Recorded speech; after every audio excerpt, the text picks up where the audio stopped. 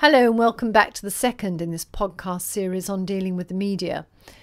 Now, if you're fortunate enough to have your own in-house press and communications team or a PR agency handling the media for you, then you may well think the following doesn't apply.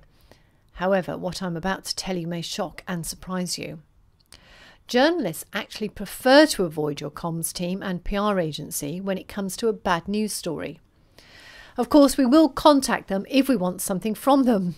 After all, the comms team can sort out images, interviews, give us facts and figures, and most important of all, help find case studies, real people who've been affected by whatever issues you're trying to raise. But don't expect the journalists to go through the usual channels when there is even the sniff of some bad news. After all, they'll know that you, as comms and PR, will most certainly have sorted out the corporate line. If not, then you should have done. And you're not going to give us access to anyone likely to fall outside of that line. So while journalists will, out of courtesy and fairness, yes, fairness, contact comms and PR at some stage while chasing the story, there is every chance that they will try to circumvent that by calling your company and asking to speak directly to the person involved in the story. That way catches them and you on the hop.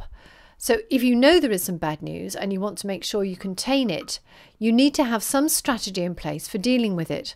From letting your reception staff, call centre or whoever answers the phone on behalf of your company know that a situation has occurred and the press are likely to call. That way they can direct it to the PR agency or the comms team. I have to admit straying into a very grey area when I left that call until about an hour before my news report was about to air. The press officer, who was the head of a hospital trust, quite rightly made a complaint to my news editor. And yes, I was told to sit on the naughty step. I didn't do it again. You see, even honourable journalists like me don't play by the rules. And why should they?